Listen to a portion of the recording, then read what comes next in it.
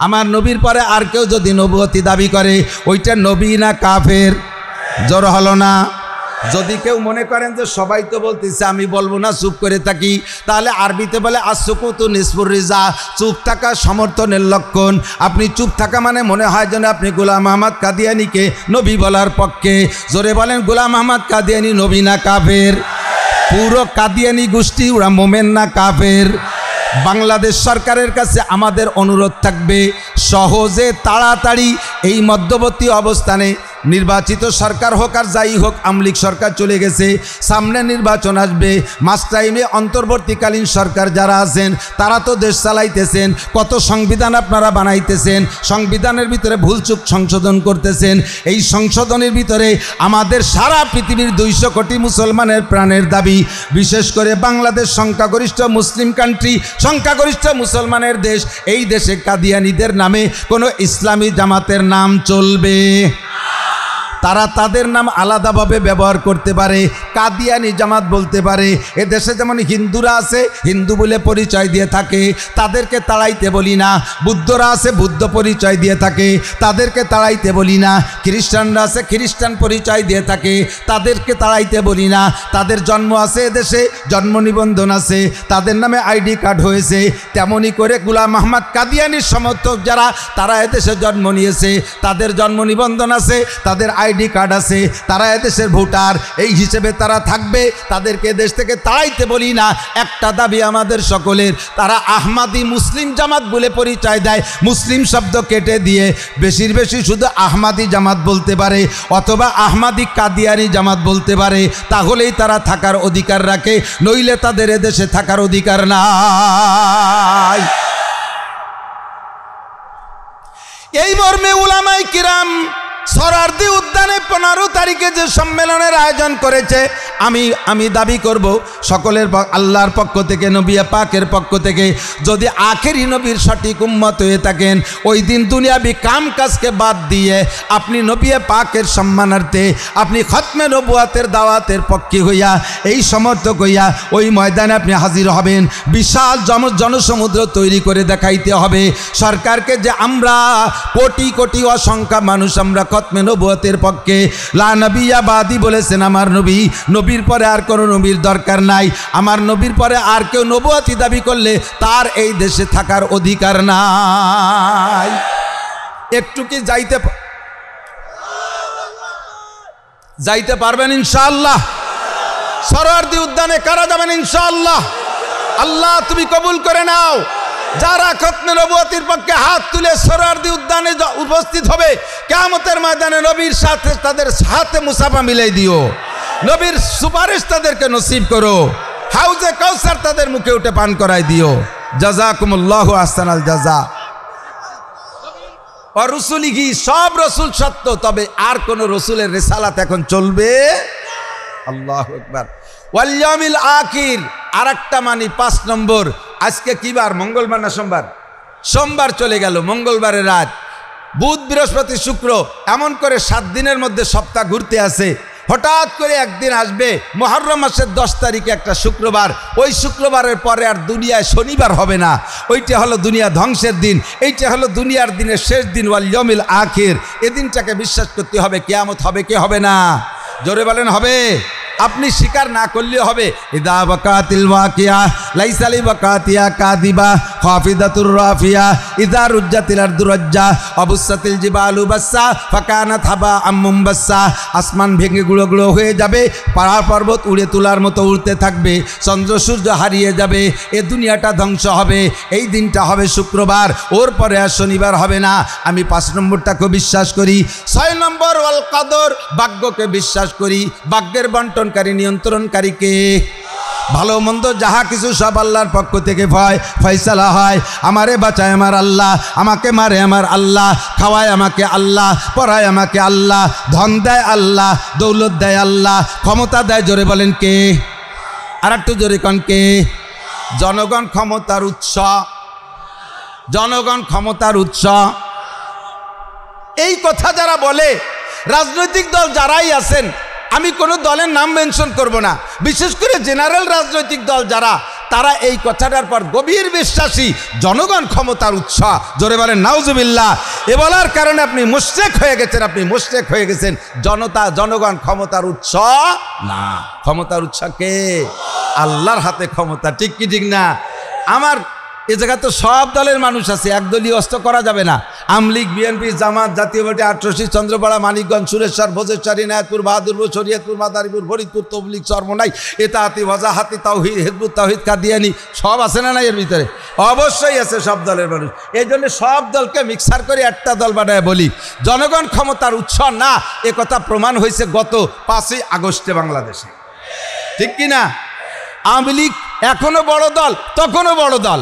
হয়তো আওয়ামী লীগরা গাপটি মেরে রয়েছে কোনো বিপদে পড়িয়া, কিন্তু লোক কম না। কতক্ষণ না কে?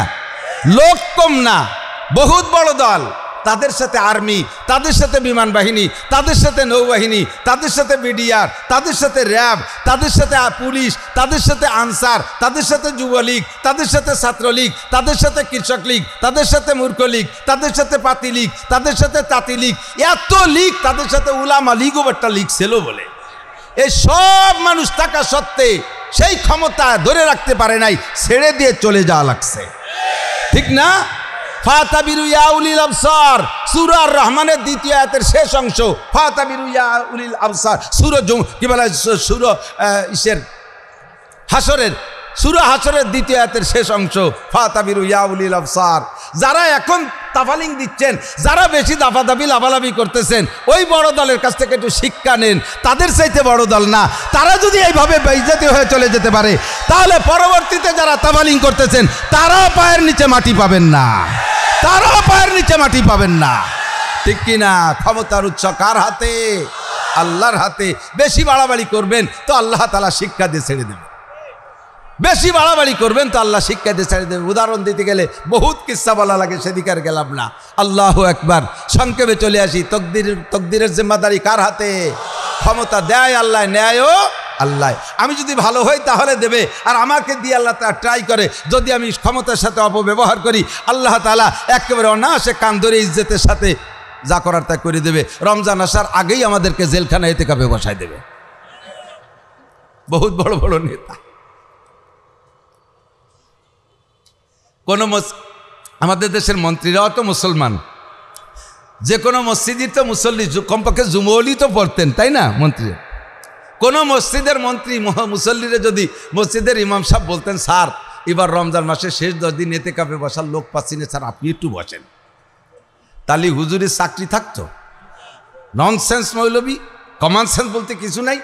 আমি যদি ইতিকাফে বসি তাহলে আমার উম্মতের কি হবে? উম্মত নিয়ে গভীর। আমার মন্ত্রণালয় চালাবে কিনা? তুমি মৌলবী মসজিদে থাকো, 4 চালা টিফিনকারী বাসায় পাঠায় দাও, আমরা গাদায়ে ভরি দেই, 4 চালা খাইয়ে সাফ করেছি, তো শুয়ে পেট ডলো। তোমার মসজিদে বসে তা সম্ভব? আমি একটা মন্ত্রণালয় চালাই। আমি ইতিকাফে বসলি উম্মতের কি হবে? মন্ত্রণালয়ের কি হবে? আল্লাহ কয় তুমি ইতিকাফে বসলি মন্ত্রণালয়ের কিচ্ছু হবে না, উম্মতের একটা লোমও ছিঁড়া যাবে না, বাংলাদেশেরও কিচ্ছু হবে না। বিশ্বাস না হয় রমজান আসার আগেই তোমার বসাই দিচ্ছি। এ দল ও দল, সে দল বেদল, রমজান আসার আগেই জেলখানার ইতিকাফের মধ্যে বসছে এরকম প্রমাণ বাংলাদেশে আছে না নাই? সব দল রেডি আল্লাহ তাআলা ট্রাই করছে। তোমার মতো মন্ত্রী ওই কি বলা হয়, ইতিকাফে না বসলেও কিছু আসে যায় না, আর তোমার মতো মন্ত্রী মন্ত্রণালয় না থাকলেও বাংলাদেশ যে কায়দায় চলবে সে কায়দায় চলতেই থাকবে। কথা কোন ঠিক ঠিক না? যদি তুমি সৎ হও তাহলে তোমাকে তোমার সম্মানের সাথে জায়গায় রাখা হবে। তুমি একটু মসজিদে বসার অভ্যাস করো, একটু মসজিদে বসার অভ্যাস করো, তাহলে তোমার সম্মান ঠিক থাকবে। কথা কন। অল কদর, ভাগ্যের মালিক আল্লাহ, কাহার উপর দোষারোপ করার দরকার নাই। 6 নম্বর 7 নম্বর ওয়াল বাসি বাদাল মাউত, মরার পরে হাসরের মাঠে উঠতে হবে কি হবে না? 7টা বিষয়। এই 7টা বিষয় যার নাম, কলেমার নাম হলো ইমানে মুফাসসাল। 4 সেলাই দিছি। কয় সেলাই? বস্তায় 4টে সেলাই দিছি। বাদ বস্তা মজবুত হয়ে গেছে। এখন নামাজ ঢুকান, রোজা ঢুকান, হজ ঢুকান, জাকাত ঢুকান, জিকির ঢুকান, ফিকির ঢুকান, যা ঢুকাবেন বস্তার মধ্যে থাকবে। তবে সাবধান থাকবেন, বস্তার নিচে আবার 3 প্রকারের ইঁদুর আছে। 1 প্রকার ইঁদুর হলো বিলে ইঁদুর। গ্রাম অঞ্চলে মানুষ যারা আছেন তারা জানে, বিলির ভিতরে এত বড় বড় ইঁদুর, বিলেইতি তাদেরকে সেলুট দিয়ে চলে আসে। এক কায়দা মতো মোটা মোটা ইঁদুর। 2 নম্বর ইঁদুর বাড়ি থাকে, গর্তের মধ্যে থাকে, তারা মাঝারি ইঁদুর। 3 নম্বর ইঁদুর ছোট ছোট ইঁদুর, এর নাম হলো শৈল ইঁদুর। শোনেন নাকি কি কয় রে?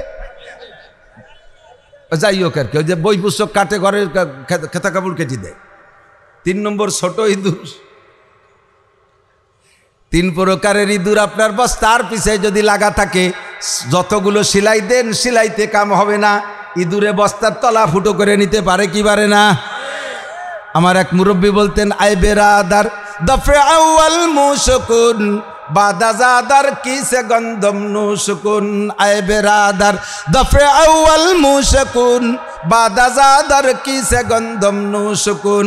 আয় ভাই, বস্তার ভিতরে যদি গম ঢুকাইতে হয় তাহলে আগে বস্তার তলায় ইঁদুর লেগে আছে নাকি তাই দেখো।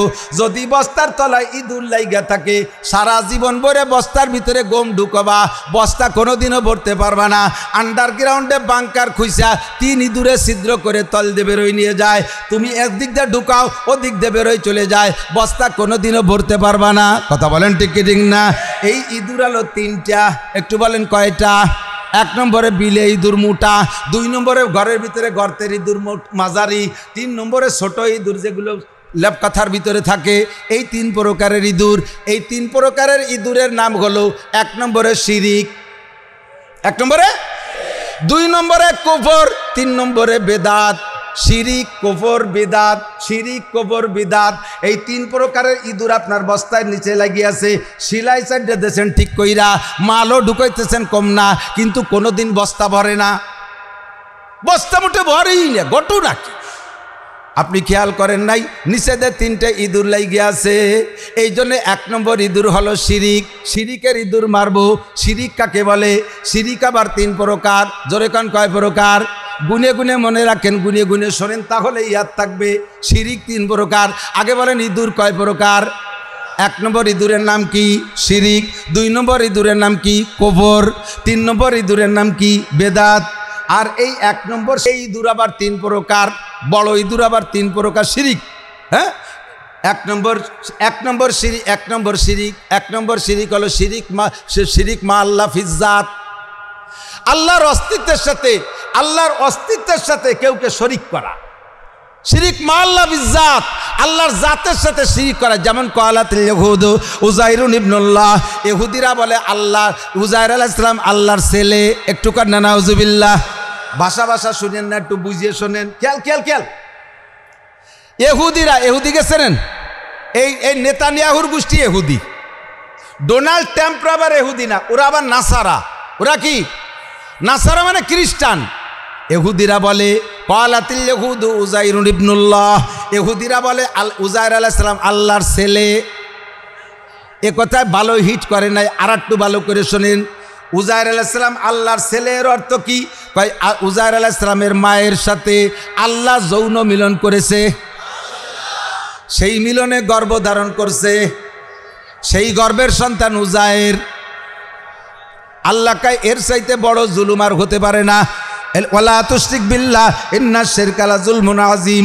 আল্লাহ কয় অন্য কিছু মেনে নিতে পারি, শিরকের জুলুম আমি মানতে পারি না, শিরকের জুলুম মানতে পারি না। বান্দা তুমি জেনে নাও, ইন্নাল্লাহা লা ইয়াগফিরু আন ইউশরাকা বিহি ওয়া ইয়াগফিরু মা দুনা যালিকা লিমান ইয়াশা। যত গুনাহ করো না কেন, কবিরা গুনাহ করো, হাজার কবিরা গুনাহ করেছো আল্লাহর হকে, আল্লাহ পাক বলেন তোমার যে কোনো নেক আমল দেখা আমি আল্লাহ তোমার একটা নেক আমল দেখে তোমার বিশাল বড় কবিরা গুনাহ মাফ করে দিতে পারি।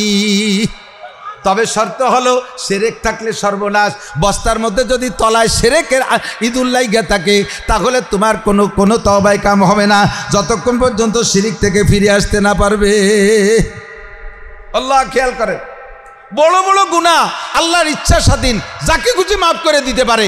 এ ভাই আমার দিক তাকান, বর্তমান প্রেক্ষাপটে আমাদের প্রধান বিচারপতি যিনি আছেন, আওয়ামী লীগের কোনো আসামি যদি মার্ডার কেসের আসামি হয়, তারে যদি প্রধান বিচারপতি বেকসুর খালাস করে দেয়, তাহলে এই বিচারপতির বিপক্ষে আমরা আরেকটা সমন্বয় আন্দোলন করব কি করব না? এই বিচারপতি আওয়ামী লীগের মাল রয়ে গেছে, ওরে নামাতে হবে, ওর বিচার মানি না। কথাক্ষণ ঠিক না? এই বলবে কি বলবে না? অবশ্যই বলবে। তা আল্লাহ পাক এমন বিচারপতি যার এগেনস্টে কোনো আন্দোলন করার সুযোগ নাই। হাজার বছরে বড় গুনাহগারকে আল্লাহ তাআলা যদি যা তোরে মাফ করে দিলাম, ও জায়গা কেউ কথা বলার থাকবে না, ঠিক না? লিমাইয়াশা, আমি যাকে খুশি মাফ করে দিতে পারি, শর্ত বান্দা শিরকি গুনাহ করিস না। শিরক করিস না, এটা আমি সহ্য করতে পারি না। বলতে গেলে ব্যাখ্যা লম্বা হয়ে যাবে, সংক্ষেপে আমার দিক তাকান। আল্লাহ পাক বলেন 1 নম্বরে শিরিক এই ইহুদিরা করে, কালাতিল ইহুদু উযাইরুন ইবনুল্লাহ। 2 নম্বরে নাসারারা করে, খ্রিস্টানরা তারা কয় ওয়াকালাতিন নাসারা মাসিহ ইবনুল্লাহ। আর নাসারারা শিরিক করে আল্লাহর ফ্যামিলির সাথে, আল্লাহর ফ্যামিলি তৈরি করে, কয় ঈসা আলাইহিস সালাম আল্লাহর ছেলে। একটু কান নাউজুবিল্লাহ। এর কি মানে? কয় মারিয়ামের পেটে ঈসা জন্ম নিয়েছে, মারিয়ামের সাথে দুনিয়ার কোনো পুরুষে স্পর্শ করে নাই, তাহলে তার পেটে বাচ্চা গেল কি কইরা? আল্লাহ মারিয়ামের সাথে যৌন মিলন করেছে, সেই জায়গা গর্ভধারণ করেছে, সেই গর্ভের সন্তান ঈসা আলাইহিস সালাম লজ্জায় নিজেই মুখটা নিচু করে ফেলেন। আল্লাহ, এই শিরিক আমরা করি না, এই শিরিক আমরা করি না। আমরা করি সেকেন্ড শিরিক আমরা অনেকে করি। সেকেন্ড শিরিক কি? এটা হলো শিরিক ফিস জাত গেছে। 2 নম্বরে শিরিক ফিস সিফাত, এইটা আমরা অনেকে করি। শিরিক ফিস সিফাত কি?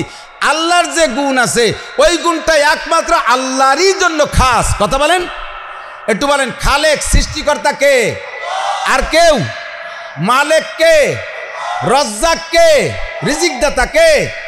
মুহি বাঁচানেওয়ালা কে? মুমিত মারনেওয়ালা কে? এই সব সিফাত কার? হাজের। একে টাইমে সব জায়গা উপস্থিত হওয়ার ক্ষমতা একমাত্র কার? নাজের। এক টাইমে সব জায়গা দেখার ক্ষমতা একমাত্র কার? আল্লাহর। এই হাজের আর নাজের গুণ যদি আমি অন্যকের ভিতরে নিয়ে যাই তাহলে আমি মুশরিক হয়ে যাব। আমার দেশে অনেকে আছে, একটু দোয়ার অনুষ্ঠান করলে, দুরুদের অনুষ্ঠান করলে সেই জায়গা উনারা মনে করে নবী আলাইহিস সালাম উপস্থিত হয়ে গেছে। হুজুর হাজের ও নাজের, আল্লাহর রসুলকে হাজের ও নাজের জানে। এই হাজের আর নাজের গুণ দুইটা আল্লাহর। আমি যদি এই গুণ দুইটা রসুলের মধ্যে নিয়ে যাই তাহলে আমি রসুলকে আল্লাহর গুণে গুণী করার চেষ্টা করতেছি, এতে আমি মুশরিক হয়ে যাব। কথা কন, একটু বোঝেন নাই? কথা কন। নবী কি হাজের? নবী কি নাজের? নবী হাজেরও না নাজেরও না। নবী বলেন আমি আমার কবরে থাকি, দূরে জীবদ্দশায় থাকতে যে আওয়াজ আমি শুনতাম না, মৃত্যুর পর আমি সে আওয়াজ শুনবো না। জীবদ্দশায় থাকতে যতটুক দূরের আওয়াজ আমি শুনতাম, মৃত্যুর পর আমি অতটুক দূরের আওয়াজ শুনবো। কাজেই মান সাল্লাল্লাহু আলাইহি ইনদা কবরি, যদি কোনো উম্মত আমার কবরের কাছে এসে আমার সালাম দেয়, দরুদ পড়ে, সামিতুহু, ওইটা আমি কানে শুনি, ওইটা আমি শুনবো।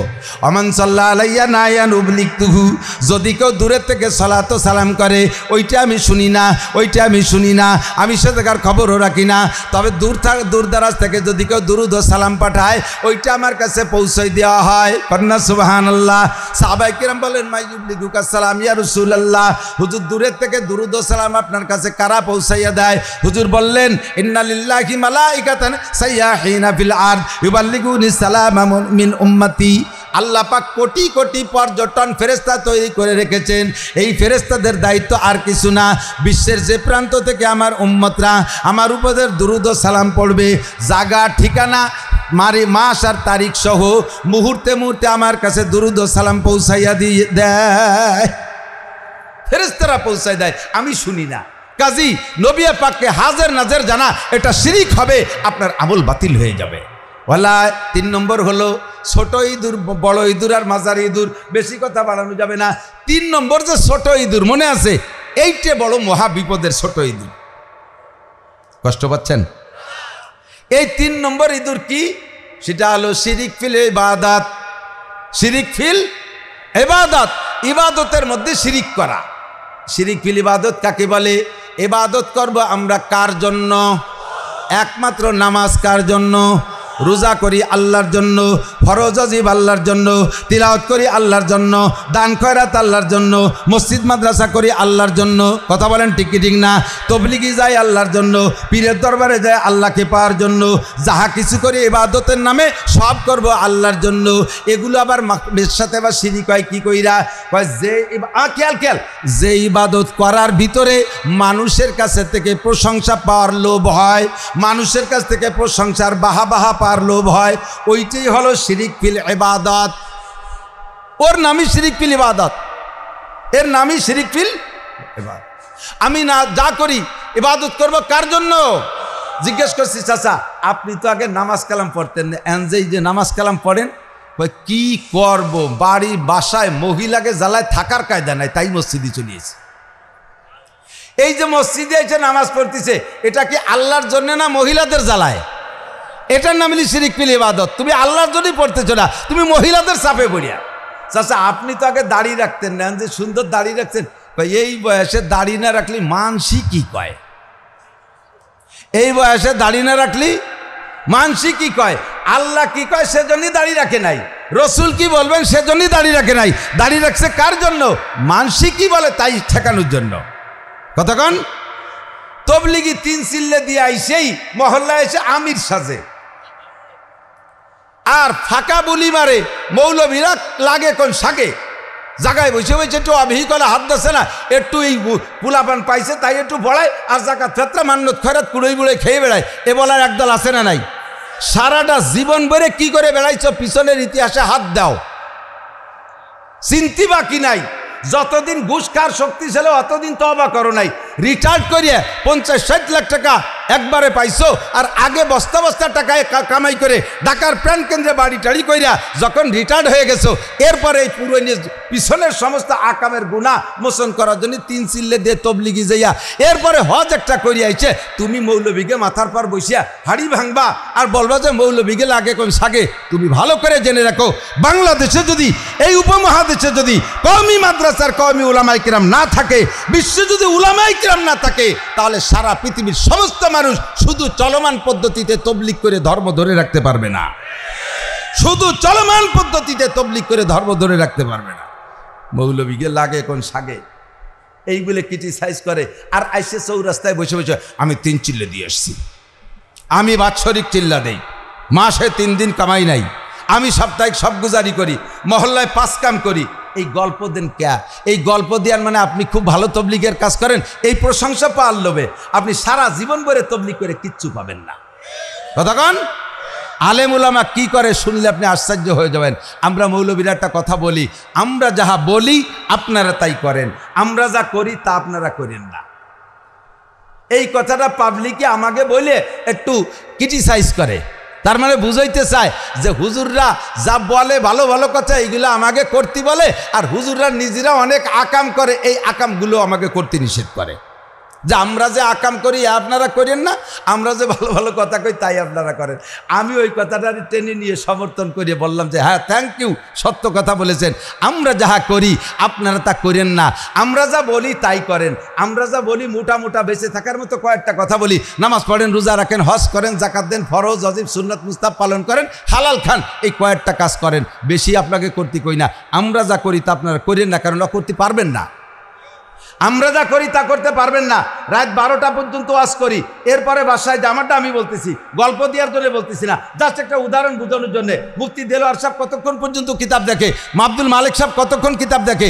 আপনাদের ভ্যান চালানোর শক্তি আছে, আপনাদের ব্যাংক চালানোর শক্তি আছে, আপনাদের গাড়ি চালানোর শক্তি আছে, আপনাদের যে শক্তি আছে এই শক্তি কি আলেম উলামার নাই? আপনারা লাখ লাখ কোটি কোটি টাকা কামাই করার পথ খুঁজে এনেছেন, আলেমদেরকে আল্লাহ তাআলা সে বুদ্ধি দেয় নাই? শক্তি আছে, বুদ্ধি আছে, সব কিছুকে বর্জন করে দিয়ে, সব কিছুকে জলাঞ্জলি দিয়ে সামান্য 3,000, 5,000, 10,000, 20,000 টাকা বেতনের পর নির্ভর করে এই জীবনকে একেবারে আল্লাহর দিনের জন্য বিসর্জন দিয়ে দিয়েছে। রাত 12টা পর্যন্ত কিতাব দেখে, এরপরে একটু ঘুমায়, শেষ রাত্রি আবার উঠে তাহাজ্জুদের নামাজ পড়ে, ফজর পর্যন্ত জিকির করে, ফজরের নামাজ পড়ে, 1.5-2 পারা কোরআন শরীফ তিলাওয়াত করে।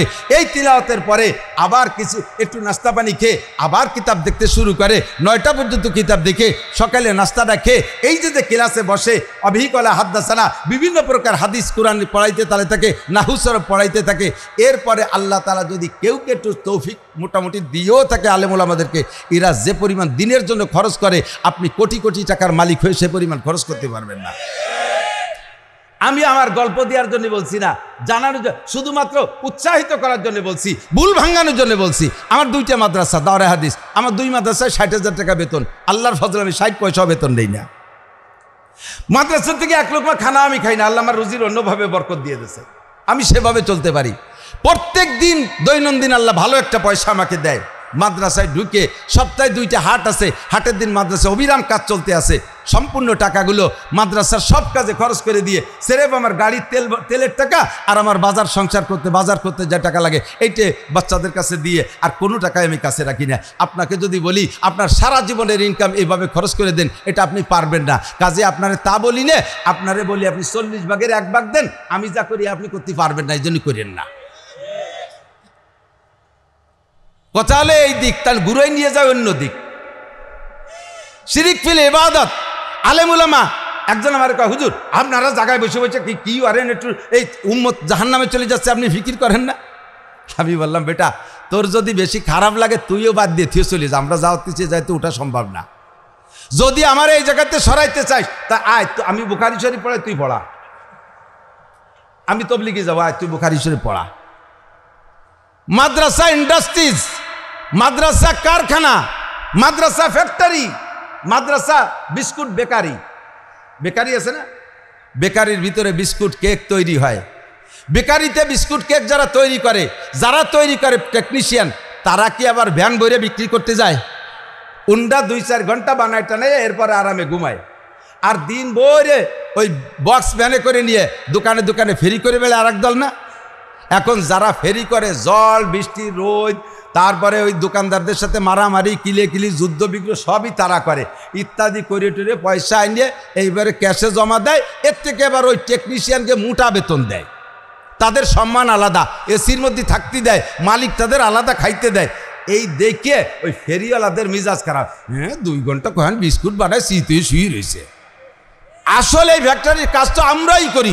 এই দেশকে দেশ বাড়ি দাঁড়ে বারে যাই, রোদ বৃষ্টি খরা ঝড় তুফান উপেক্ষা করে কাজ আমরাই করি, এই বলে ক্রেডিট জানে। তোমাকে টেকনিশিয়ানকে লাগে কোন সাগে? এখন টেকনিশিয়ানরা যদি কয়, বেটা তোর যদি ফেরিয়ত্তি খারাপ লাগে আর আমাদের পর হিংসা লাগে, থাক তোর ভ্যান থুয়ে বাড়ি যা। আমি যদি বিস্কুট না বানাই তুই ফেরি করবি কি দিয়ে? কথা বলেন না কেন? আমি যদি কেক না বানাই তুই ফেরি করবি কি দিয়ে? তাতে যদি তোর খারাপ লাগে তুই চলে যা, যার মালের দরকার আমার ফ্যাক্টরিতে এসে মাল নিয়ে যাবে, তোরে লাগবে না। এই যদি বলে দেয় তাহলে তুমি ভ্যানালা কি রে খাবা? এ যদি বলে দেয় তুমি ভ্যানালা কি করে খাবা? উলামায়ে কিরাম মাদ্রাসায় বৈশা হাদিস কুরআন হাজার হাদিস কুরআন পড়িয়া এগুলোর থেকে মাসালা বের করে উম্মতের জন্য সাপ্লাই দিচ্ছে, প্রোডাক্ট তৈরি করতে, কেক বানাচ্ছে, বিস্কুট বানাচ্ছে, ইত্যাদি বানাচ্ছে। তোমাকে কয় পাবলিককে ব্যানারে একটু ফেরিয়ে নিয়ে বেড়াতে কইছে, যাও গ্রামে ফেরিয়ে হলো। তা যদি তোমার এত হিংসা থাকে, ঠিক আছে ভ্যান জমা দিয়ে তুই বাড়ি যা, ভ্যান জমা দিয়ে তুই বাড়ি যা। এ যদি আল্লাহ বলে দেয় তাহলে উপায় আছে? কথা বলেন। রাগ করি না, আমি নিজে তশকিল করে একজনকে তবলিগি পাঠাইছি। সে তবলিগির থেকে 3 সিল্লে দিয়ে আইসা এলাকায় এসে সর্বপ্রথম ফতোয়া দিয়েছে আমার বিপক্ষে, কারণ নাসির মৌলানার ইমান নাই আর সে হারাম খায়। আমি কইতে যদি হারাম খায়, তোরে তো সিল্লে যারটা আমি দিছি, তুই তো সেই হারামটাই দিয়ে সিল্লে দিয়েছি। কি কব? মৌলানা 3 প্রকার। কয় প্রকার? হজরত মৌলানা, মিস্টার মৌলানা, হঠাৎ মৌলানা। হজরত মৌলানা দেলোয়ার সাহেব, হজরত মৌলানা আব্দুল মালিক সাহেব, হজরত মৌলানা শাইখুল হাদিস আল্লামা আজিজুল হক, হজরত মৌলানা মামুন সাহেব, এই তো হজরত মৌলানা। আর মিস্টার মৌলানা জাকির নায়েক জেনারেল পড়ে দুনিয়ার ফতোয়া দেওয়ার জন্য পাগল হয়ে গেছে, সারা দুনিয়ারে পাগল করে ফেলাইছে। আরে জেনারেল ভাইরা, আপনারা তার ভক্ত, একটু আজিব, আমার খুব আশ্চর্য লাগে। সে ডাক্তার মানুষ, সে ইসলামের কি জানতে পারে? আপনারা মনে করেন সে ইউটিউবে এসে সারা দুনিয়ারে জয় করে ফেলাইছে, আলেমদের চাইতে তাকে আপনারা প্রাধান্য দিচ্ছেন। একটু ভালো করে মনে রাখবেন, যে যা করে তার তাই করা উচিত, তার অন্য জায়গা থেকে অন্য কাজে হাত দেওয়া আদৌ উচিত না। আমি মৌলানা নাসির সাহেব, গোপালগঞ্জের হুজুর, আজকে এ জায়গা মোটামুটি একটা ভালো অবস্থানে আমার দাওয়াত হয়েছে, আমি বয়ান করতেছি, সকলের কাছে আমি গ্রহণযোগ্যতা অর্জন করে ফেলাইছি। আমি খুব উঁচু মাপের বক্তা, বড় মাপের আলেম। আমি যদি রাত্রে মাইকিং লাগাই দিই, এই যে মিরপুর 1 নম্বর দিয়ে মাইকিং করে দাও, সুখবর। কি সুখবর? আগামীকাল সকালবেলা হজরত মৌলানা দেলোয়ার সাহেব হুজুরের মাদ্রাসায় হজরত মৌলানা নাসির আহমদ সাহেব সমস্ত চক্ষু রোগীদের চক্ষু অপারেশন করে এরপরে লেন্স লাগাই দেবে। এর বুদ্ধি থাকলে আমার কাছে আসবে। যদি কেউ মোহাব্বত করে আসো, তার চোখে আমার হাত দেওয়া ঠিক হবে? আমি ভালো চোখ কানারি দেবো না? সুখবর সুখবর সুখবর, আগামীকাল সকালবেলা আরজাবাদ মাদ্রাসায় হযরত মাওলানা নাসির আহমদ সাহেব উনি গর্ভবতী মহিলাদেরকে সিজার করে বাচ্চা বের করবেন, পয়সা নেবে না। যদি কোনো মহিলার বুদ্ধি থাকে আর কোনো গার্জিয়ানের বুদ্ধি, আমার কাছে আসবে রুগী নিয়ে, যদি মোহাব্বত করে আসে, আমার কেউ জায়গায় হাত দেওয়া ঠিক হবে? আমি নাড়ি কাটতে যে ভাষাতে আর একটা কাটি বেলায় দিতে পারি। আমার যদি এইটা ঠিক না হয়, তাহলে ডাক্তার ইঞ্জিনিয়ার তার কেন শরীয়তের মাসালার অপারেশনে হাত দেওয়ার অধিকার থাকবে? তার কেন সেখানে হাত দেওয়ার অধিকার? আদৌ তার সেখানে হাত দেওয়ার অধিকার থাকতে পারে না। কথা বলেন ঠিক না? ডাক্তার ডাক্তারি করবা, ইঞ্জিনিয়ার ইঞ্জিনিয়ারিং করবা, তুমি যেখানে আছো তুমি সেখানে করবা, প্রফেসর প্রফেসরগিরি করবা, শরীয়তের এই জায়গা হস্তক্ষেপ করার অধিকার তোমার ঠিক কিনা? ওয়ালা ইউশরিক বিইবাদাতি রাব্বিহা কইতে কইতে শরীর চলে আসছে মেলা দূর, আরে দিক যাব না। আমি তাদেরকে স্নেহ করি, ভালোবাসি, মোহাব্বত করি, থ্যাংক ইউ। সারা জীবন আকাম কুকাম করে কাটাইছেন, আল্লাহর রাস্তায় আসেন, তবলিগে 3টে চিল্লে দিয়ে তওবা তিল্লা করে ভালো হন। তবলিগেতে আসছেন, আলেমুল আমার কাছে যে বসবেন কিভাবে? হুজুর কিচ্ছু জানি না, হুজুর একেবারে কিছু জানি না, জীবনটা ভরি আকাম করে বেড়াইছি, ঘুষ খাতি খাতি পেটের মধ্যে ব্যাংক হয়ে গেছে একটা আস্ত। হুজুর আর বাঁচার উপায় নেই, তবলিগে যে আমার চোখ খুলছে হুজুর, আমার এখন মুসলমান হয়েছি, এখন বাঁচার উপায় কি? হুজুরির কাছে বায়াত হবেন, হুজুরির কাছে নরম হয়ে থাকবেন, হুজুর পিঠে হাত দিয়ে সান্ত্বনা দেবে, কোনো ভয় নাই। লা তাহজান বা লা তাখাফ, ভয় পেন না, টেনশন করে না, আল্লাহ আপনাকে সাহস দিয়েছে। কুল ইয়া ইবাদিয়াল্লাযীনা আসরাফু আলা আনফুসিহিম লা তাকনাতু মির রাহমাতিল্লাহ, ভয় নাই, আল্লাহ সাহস দিয়েছে। আপনি তওবা করার কারণে সব গুনাহ মাফ হয়ে গেছে। আপনি যদি আমার সাথে এভাবে সাক্ষাৎ করেন, আমি আপনাকে এভাবে পিঠে হাত মালিশ করে আরও আপনাকে চলার পথ আপনি সহজ করে দেব। কথা বলেন ঠিক না? আর যদি তবলিগিতে এসে গুলি দিকে নাসির মৌলানার ইমান নাই, দেলোয়ার মৌলানা কি আরে এই জায়গায় বসে পরের ভাতে বাগুন দিয়ে খায়, তাহলে আমার যা বলা দরকার সব আমি বলবো। আপনারে বলবো বেকারির ফেরিয়ালা, কথা কন না কেন? ভালো না লাগলে ভ্যান থিয়ে চলে যান, আপনাদের কাজে লাগাবো না। ওয়ালা ইউশরিক বিইবাদাতি রাব্বিহি আহাদা বলতে গেলে আর একটু না বলে পারি না। কোনো জায়গায় দান করতে গেলে সে দানটাকে খুব হাইলাইট করে দেখাবে। আসতেছে শীতকাল, আপনাদের দেশে এই ঢাকার দিকেও তো দেবে, ঢাকার ছবিও দেখি, গ্রাম অঞ্চলে আছে, শীতকালে গরিবদের মধ্যে বড় লোকরা কম্বল দেয়, জানি কি কম্বল? এদিক কেমন দামি কম্বল দেয় তা জানি না, আমাদের গ্রাম অঞ্চলে তো গরিব মানুষ 80 টাকা দামের কম্বল দেয়। পাবলিক নেওয়ার সময় ফ্রি কম্বল নেয় না তা না, নিয়ে যায়। ওই 80 টাকা দামের কম্বল ফকিরিও গায়ে দেয় না, ফকিরিও ব্যবহার করে না, নিয়ে কয়দিন বাজাইয়ে পাপোশ বানায়। এরপরে গোয়ালি ঘরে ছাগল আছে, ছাগলের খাবারে ছাগলে ব্যবহারে ডাকতে সরকার, কাকি কম্বলটা না পড়াই আমারে জ্যাকেট বানাই দেন, শীত লাগতেছে। ছাগলের গায়ে দিয়ে সে কম্বল দিয়ে জ্যাকেট বানাই দিয়েছে। ছাগলে 2বার পেশাব করার পরে সে জ্যাকেট গেছে ভিজিয়ে, তত্তরে কাঁপতেছে, তাড়াতাড়ি খুলে নেন, না আমার করোনা হতে পারে। সেই ছাগলের গাছতে আবার খুলে নিয়ে আবার ধুয়ে মুছে নেকড়া বানায়, হাড়ি ধরার নেকড়া বানায়। আপনি 80 টাকা দামের কম্বল দিয়েছেন, এই কম্বল দিতে যে আবার ক্যামেরাম্যান নিয়ে আসে, রমজান মাসে জাকাতের লুঙ্গি দেয়, যেই লুঙ্গি 2বার ধোয়ার পরে আর তা পরা যায় না, লুঙ্গি পরে দরজায় পা ফাঁক করে দাঁড়ালে এ পাশতে ও পাশতে একেবারে মিরপুরি থেকে গাবতলি পর্যন্ত দেখা যায়। কতক্ষণ ঠিক কি ঠিক না? এর নাম হলো এক্সরে লুঙ্গি। আপনি এই দিতে যে আবার ক্যামেরা করে সারা দেশে ইউটিউবে ছাড়েন, আপনার লজ্জা করে না? কাপড় কয়েকখান দেশের মহিলাদেরকে বগলে করে নিয়ে যায়, যার সময় গালাগালি করতে করতে যায়, আরে শয়তান রে, আল্লাহ টাকা দিছে, এমন কাপড় একখান দেশে যা বাজারও বিক্রি হবে না, ওই যে মশারিও বানানো যায় না, ওই যে মশারি বানাইলে মশা ক্রলিং করে ঢুয়ে যায়। তা আবার আপনি ক্যামেরা করে দেখান কেন? এটা হলো শিরিক ফিল ইবাদত। 10,000 টাকা অমুক, মার থাবা না মার হাবা, মসজিদ একটা বানাই দিয়ে তার গায়ে বাপের নাম নিজের নাম, শিরিক ফিল ইবাদত। যে কোনো কাজ করতে যাইয়া এরপরে যদি কেউ ভালো কাজ কিছু করার পরে যদি কেউ প্রশংসা না করে, এরপরে নিজেই প্রশংসা শুরু করে, আমি এটা করেছি, ওটা করেছি, ঈদগাহ করেছি, হাই স্কুল করেছি, কলেজ করেছি, প্রফেসরি করেছি, মুহাদ্দিসি করেছি, আইএ পাস করছি, বিএ পাস করছি। কেউ কয় না, সে কি নিজেই কয়। এরপরে কায় সামনে আবার যদি নির্বাচিত করে দেন, আপনারা ভোট টোট দেন, দেখেন কি করে ছেড়ে দেই, রাস্তাঘাটে খাল বানাই দেবো, 12 মাস কাল নৌকো বেয়ে বেড়াবেন, আসমান ভেঙে জমিনে নামাবো, লাঠির মধ্যে মুগুর বলবো। কেউ কয় না, সে নিজেই কয়।